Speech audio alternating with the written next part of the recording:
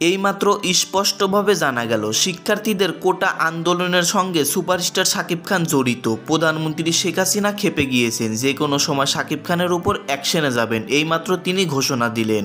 আপনারা অনেকেই জানেন ঢাকা বিশ্ববিদ্যালয় সহ বাংলাদেশের বিভিন্ন অলিতে গলিতে ছাত্রছাত্রীদের কোটা আন্দোলন হচ্ছে। এই আন্দোলন সম্পর্কে সুপারস্টার শাকিব খানকে এক সাংবাদিক জিজ্ঞাসা করেছিল, শিক্ষার্থীদের এই আন্দোলন সম্পর্কে আপনি কি বলেন? সুপারস্টার শাকিব খান সেখানে বলে, বাংলাদেশের সংবিধান অনুযায়ী যদি এটা বৈধ হয়ে থাকে তাহলে এটার সঙ্গে আমিও একমত। শিক্ষার্থীরা যেগুলো করতেছে এইগুলোর কর্মকাণ্ডের সঙ্গে আমি একমত। সুপারস্টার শাকিব খান এমনটাই বলেছেন।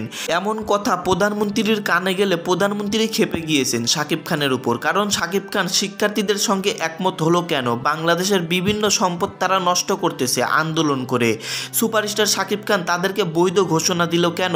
বাংলাদেশের সংবিধান অনুযায়ী কোটা আন্দোলন সম্পর্কে এখনো সুস্পষ্ট নয়। সুপারস্টার শাকিব খানকে সাংবাদিক জিজ্ঞাসা করার পর তিনি এমন কথা বলার পরে প্রধানমন্ত্রীর কানে গিয়েছেন এই কথাটি। প্রধানমন্ত্রী শেখ হাসিনা স্পষ্টভাবে বলেছেন এর বিরুদ্ধে অ্যাকশন নেবে, তাকে জবাবদিহিতার আওতায় আনা হবে। সুপারস্টার শাকিব খান এখন খুবই চিন্তিত, তিনি বিপাকে পড়েছেন এই শিক্ষার্থীদের আন্দোলনের বিষয় নিয়ে।